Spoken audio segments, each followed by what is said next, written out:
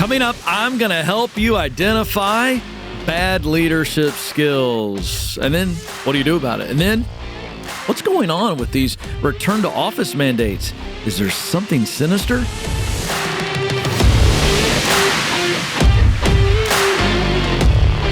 Helping you win at work. I'm Ken. This is the Ken Coleman Show. Well, one of the things that creates such an awful work environment and thus an awful work experience is bad leadership. We had a post that went viral last year when I just simply said research shows that your leader has more impact on your mental health than anybody else in your life. And it just went, just kind of a simple statement. And that, again, there wasn't any depth or anything wise to what I said. I was just simply reporting the facts, but it shows that there was a nerve, a really raw nerve. So we were talking about this, and I want to cover this. What are some very practical telltale signs so that you realize this is not a mistake? This is bad leadership. This isn't an accident. It's bad leadership. And oh, by the way, some of you are in a leadership role and you want to know, how do I know if I'm doing a good job? If you're not doing these things, you're in the clear. But if you're doing some of these things, I got news for you. You are in that moment when you're doing these things, you're a bad leader. And if you keep doing these things, you will be a bad leader. So here we go. I've come up with the deadly dozen.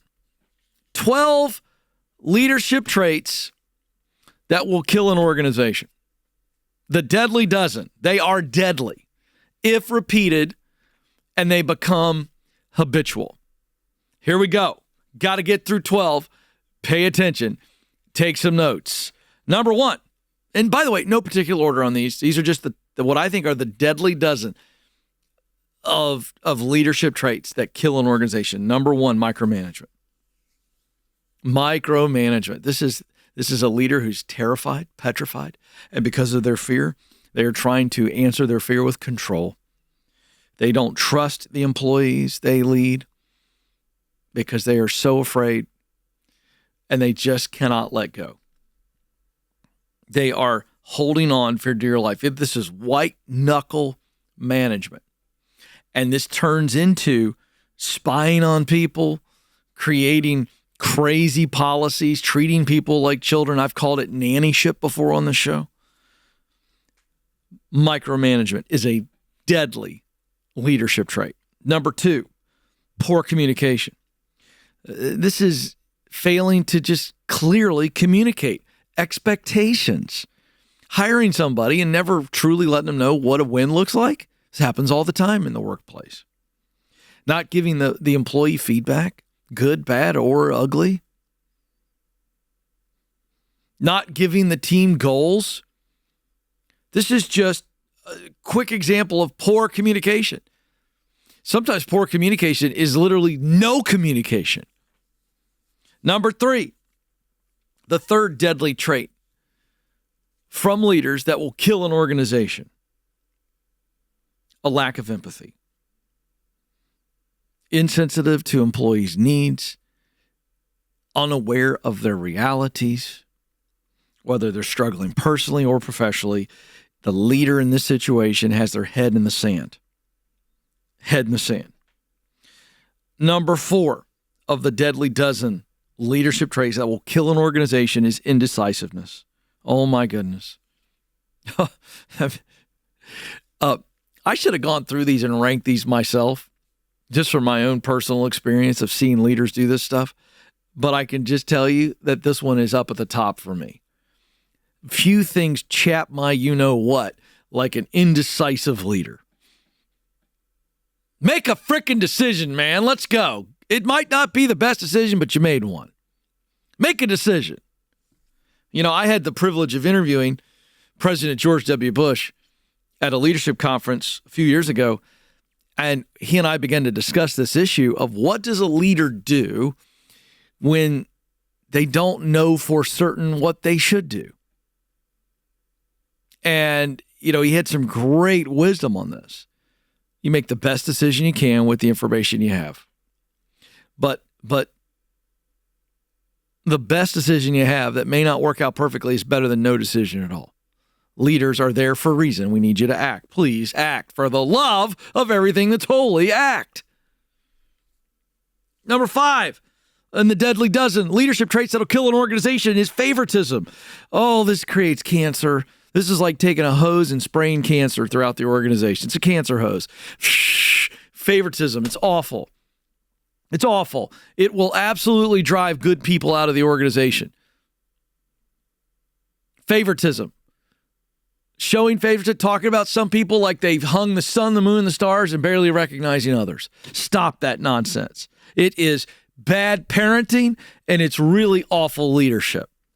Number 5 of the deadly dozen leadership traits. Poor conflict resolution. This is the inability or the maturity to actually step in and resolve conflicts in a constructive way. Leaders who try to push conflict under the carpet only make it worse.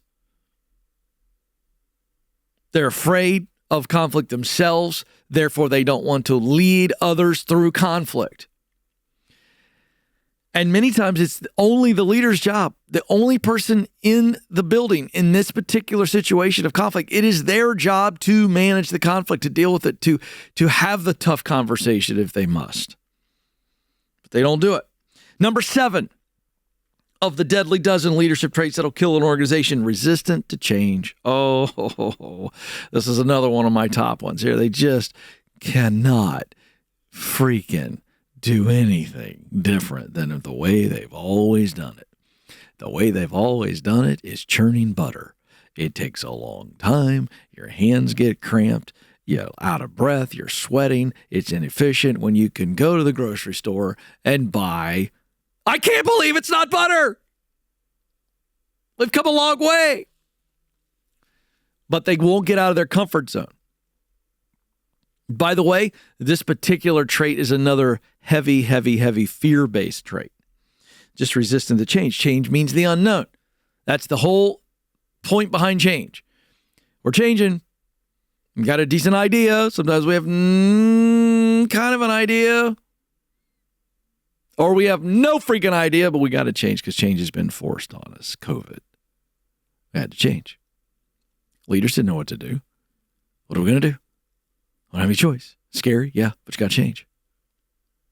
Number 8 on the deadly dozen leadership traits that'll kill an organization, inconsistent behavior. This is unpredictable, erratic behavior that confuses people and then absolutely unsettles them, freaks them out.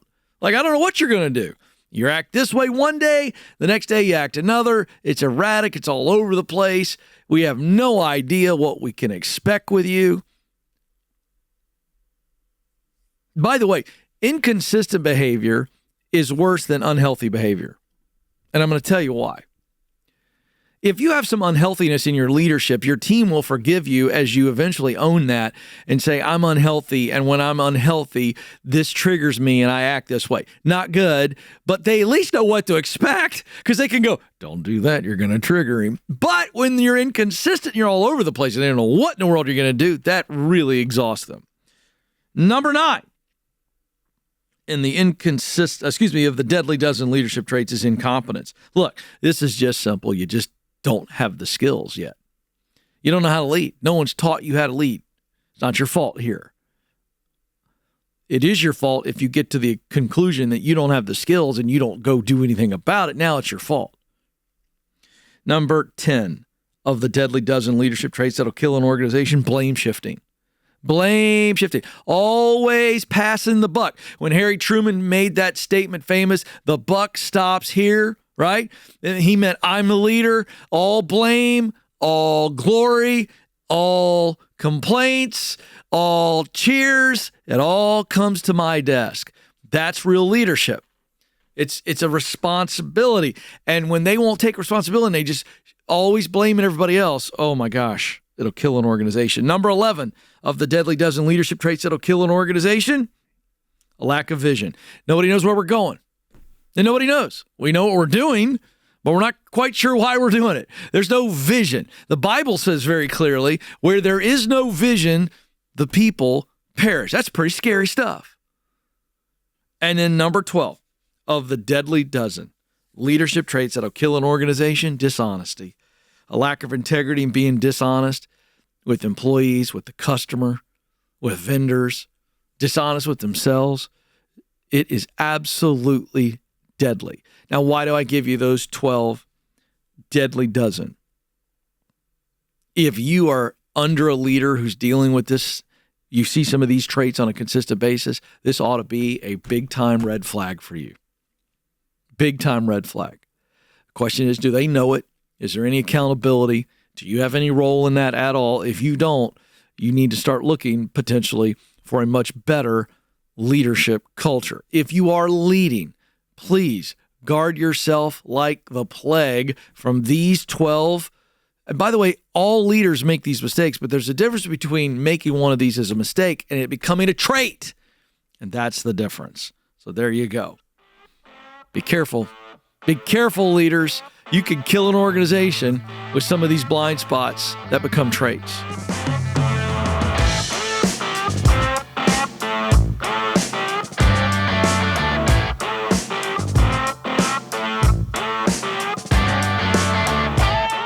Hey, folks, I want to tell you about Aiden. He started at Bethel Tech 2 weeks after graduating high school, and less than a year later, he's 19 and working as a full-stack software developer. He loved the idea of being able to work at his own pace, but what he really thought was cool is Bethel Tech's faith-based learning environment and being with classmates who had a similar worldview. Now, if this is you, or if you have a son or a daughter that's looking for the next step out of high school, and they may be tech-minded, at least interested, you need to talk to Bethel Tech. Listen to this. Fortune Magazine named them as a top 10 best UX UI bootcamp for 2024. And right now, they're offering you 10% off because you listen and watch The Ken Coleman Show. They also allow you to pay cash, and I know you'll like that. Go to betheltech.net/Ken Coleman for details. Terms and conditions apply.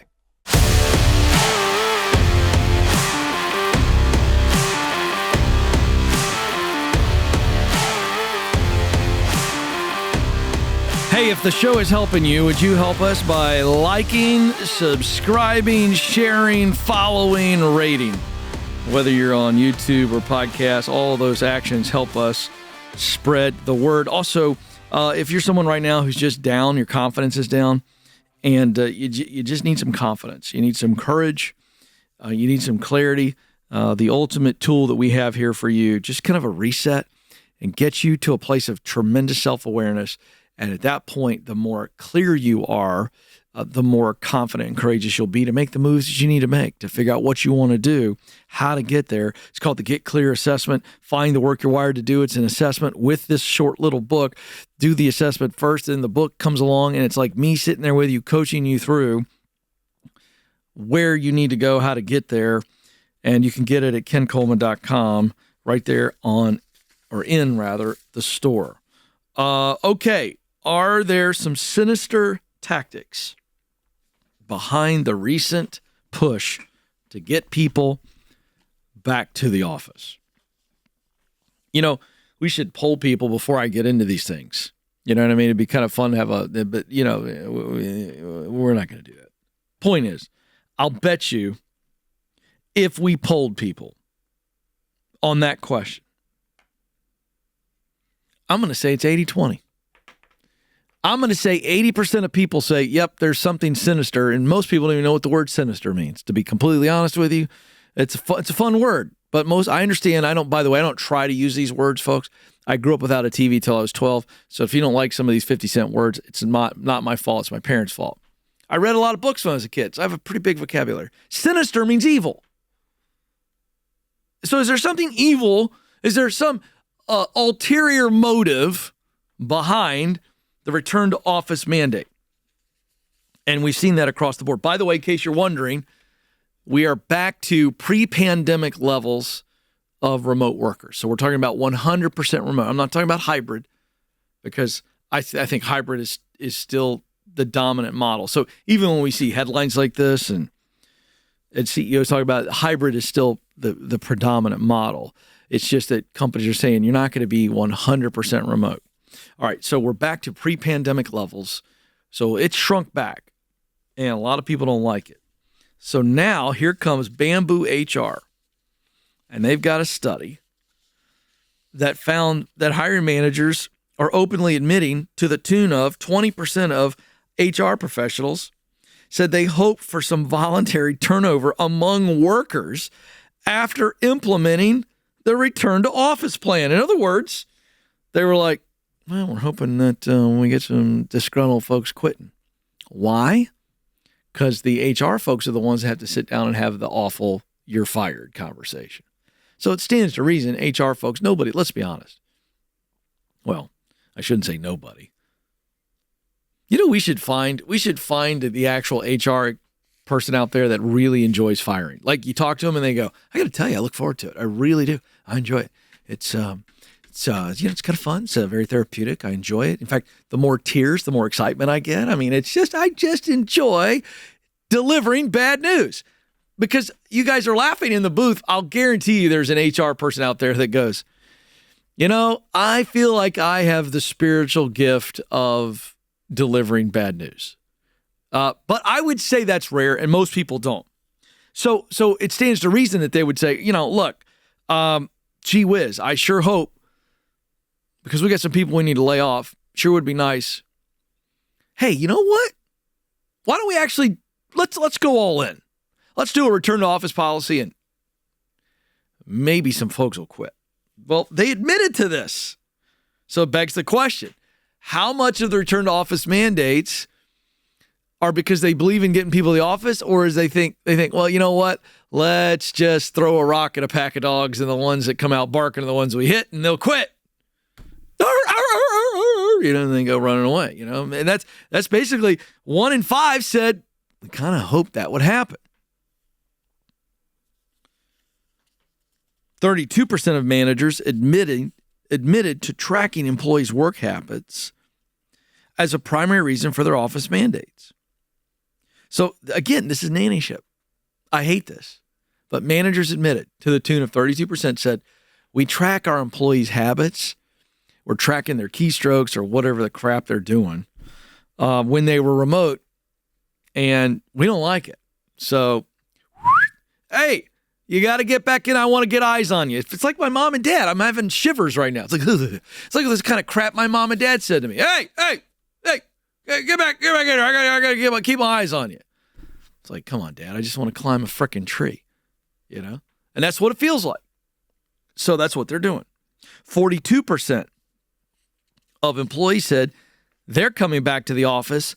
You ready for this? Only to be seen by their bosses. So this is where the rubber meets the road.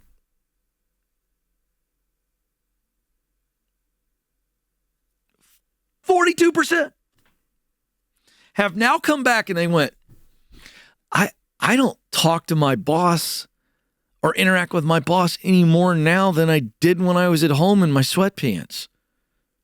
So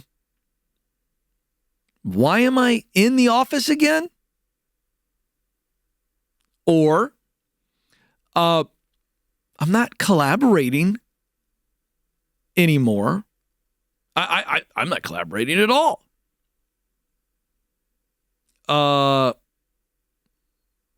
I don't talk to my coworkers much. We're not working together on projects any differently than we did when I was at home.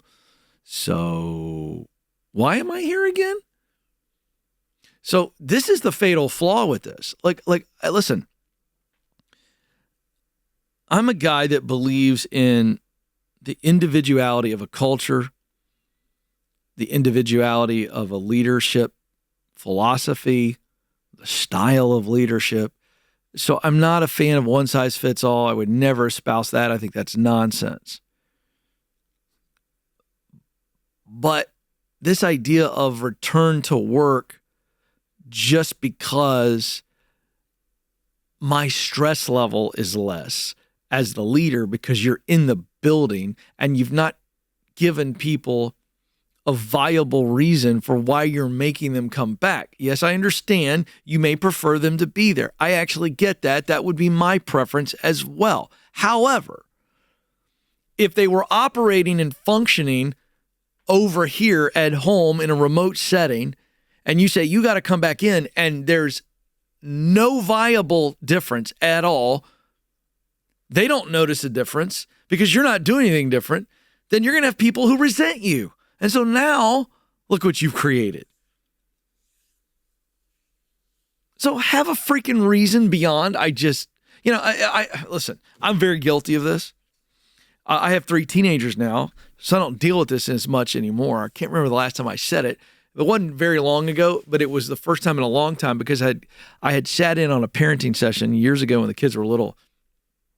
And the person leading the seminar was like, how many parents said, get to the point where your kids ask you why, and you just say, because I told you so, right? And that's the tired parent, the parent who's got 0 patience, and you just go, because I said so. Why, Dad? Because I said so, right? It's a very powerful feeling. It's very powerful. It's wonderful. But it's terrible parenting. And it's terrible leadership. And when you are telling people to return to the office and nothing changes, then essentially the reason they walk away with that they're coming back in to do this thing they don't want to do is because you said so. Instead of detailing out what's really going on, why it's changing, how it's different, why it's better, where it takes us. That's what you got to do. So, is this a conspiracy? I think maybe it is. I think leaders figured out, well, this is the last gate that'll send some people to the hills. Let's call it in and see what happens.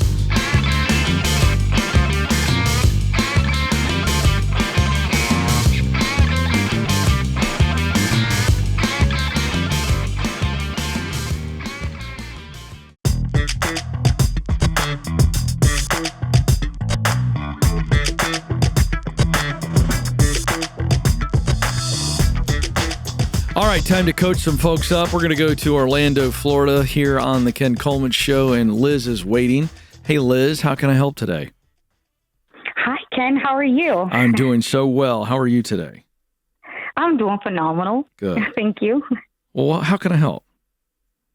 Yeah, so I moved to the area with my daughter, basically to start over from a toxic environment during the pandemic. Mm-hmm. And I was a personal assistant at the time after resigning from hospitality industry for over 15 plus years.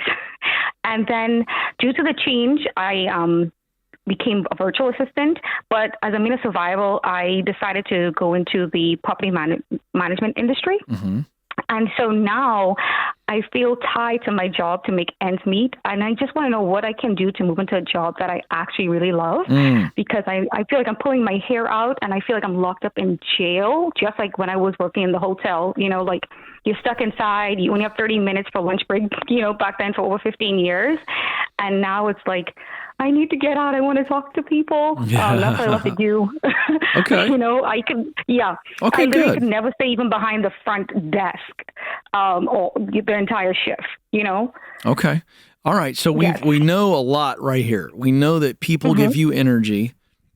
Yes. And being stuck behind a desk, you know, with A to Z type checklist type stuff sucks the soul out of you. It seems like you can do it, but it is not.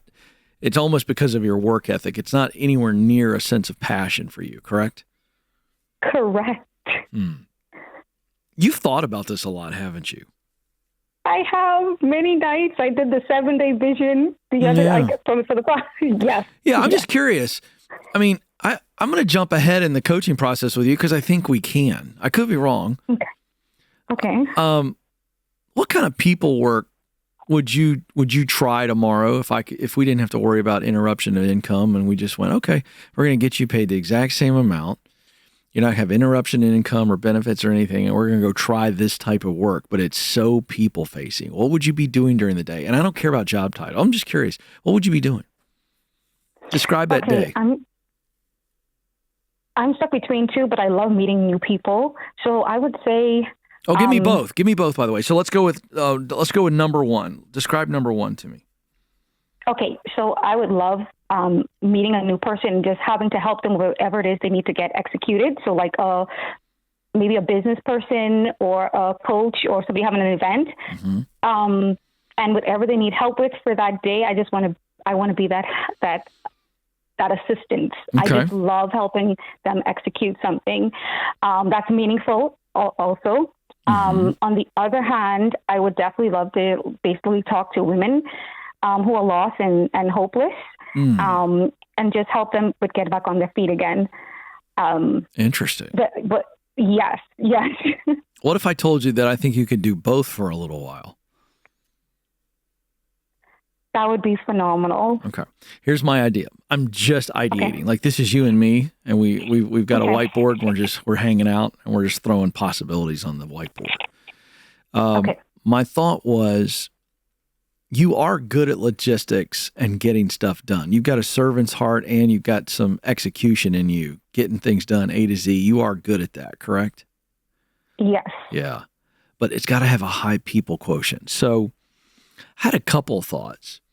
And these are just ideas. So take these with like very open hands. One is, I could see you maybe being an HR for a company where you're doing onboarding, new employees.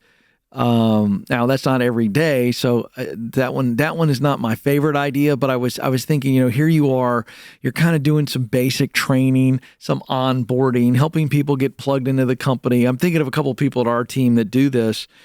And that's a high people quotient, but it's process. So I'm seeing jobs that are process in their function, but people in their focus. Does that make sense? What I'm saying? It does. Yeah. Yes. Yeah. And I would love it more if it's like work from home sometimes. Oh, you want to work from home? And meet people like hybrid. So not at the in the office all day. I just cannot. I have to mingle around. No, I get that. I get that. All right, okay. You can worry about the hybrid. You're getting too in the weeds for me. I'm just trying to go, what's that role? I also thought about maybe event specialist. It was funny to me that you said you worked in the hospitality world. It would have been interesting to me to what would have it looked like if you had been on the convention side and you were working with clients who were coming in and setting up, for their convention, and you were kind of that front-facing person to make sure that they, that you were showing them, and maybe you helped them land the conference room and all the details, and then when they got there, you're kind of helping. Or maybe you work for an event company. You actually work for an event company where you guys are hosting events, and you're kind of in that, again, process and people combo, where you're people-facing, but you're getting logistics done. The other side of this is a potential, maybe even a guidance counselor, where you're just dealing with people all the time, or maybe a career counselor at a community college. I'm ideating right here where you're going to have some process because you're a process person, but there's a lot of people interaction. You're not just stuck in an office on a computer all day long, because that's what I'm hearing is what's draining you. Am I right? It is. Yeah. So, I mean, you could be in a customer service role in a lot of different places where maybe you're on site a couple days a week, another day of the week you're on the phone. You'll figure out the hybrid piece, but there's a combo of work here that I'm seeing where you're doing process work with people, not just process work and barely see any people. Because you've got that, You've got the administrative gifts, right? You're good with details and organization. Yes, but I don't like some of the admin. I do not like. Did I lose you? No, I'm here. You're just laughing? I was laughing because I'm like, some parts. Yeah, but what parts of the administrative? Right, but what parts do you like? What parts do you like? Let's create a job profile real quick. What parts of the administrative organizational side did you enjoy? So I enjoy, like, if I have to arrange flights or arrange meetings, schedule meetings. I like that. Okay. What else? I can answer some emails. Other than that. Yeah. Okay, good. I got another couple ideas. Okay. You should potentially work, again, maybe for a party planning business. Like a wedding wedding planner. You would be great at that because you've got to handle a lot of the logistics, the organization part, but you're dealing with people. Imagine that stressed out bride coming in for her first meeting, trying to plan her first wedding. and you're helping out with that. I don't know. I see you in this combination of managing logistics and details for a customer that would be so stressed out by it, but you're the pro. And that light touch of yours, that sweet giggle you've got going on in the background, like all of that warmth and energy and enthusiasm for people collides with that organizational piece you were talking about. Okay. Make sense? It makes sense. So back to your two ideas, right? Idea one was, say it. Like a personal assistant? Yeah. I think that's okay as long as you're engaging with people. So personal assistant with an office with a bunch of people, or and again, personal assistant, I'm expanding that with some of the ideas I just gave you. But the other thing was kind of loving on and coaching and encouraging single moms. And I think that's more of a ministry / volunteer role at first, just in the greater Orlando area. And what that's going to do is it's going to show you how big that potential opportunity may become to be paid in that space. But right now we're volunteering, and it's keeping our heart alive in that, and it's very personal to you. And I think that's what I mean by volunteering and serving single moms in some capacity. So you just need to find out who's doing that in the Orlando area and get plugged in. That's going to kind of meet that one heart need that you have to serve. But from a job standpoint, I'm going to tell you right now, you need to be doing process work that requires you to interact with people all day long. That would be the job description. I think it's that simple for you. Am I right? Yes, you are right. All right, so go look at jobs go look at process, administrative, you could be an office manager for crying out loud, because you're bumping into people all day long. One person, hey Liz, where's the stapler? Oh yeah, I just got the new staplers. Let me get it for you. Hey Liz, where's this, or what do we got going on next? And you're interacting with people, but through process. I think that's huge for you. I really do. Okay. All right, so you got this. Don't think about it too hard, but hang on the line. We're going to give you, Kelly, let's give her the Get Clear assessment and the book, Find the Work You're Wired to Do, to help out with that process. You'll get there, I promise. Thanks for listening to The Ken Coleman Show. For more, you can find the show on demand wherever you listen to podcasts and watch the show on YouTube. You can also find Ken across all social media by following @Ken Coleman.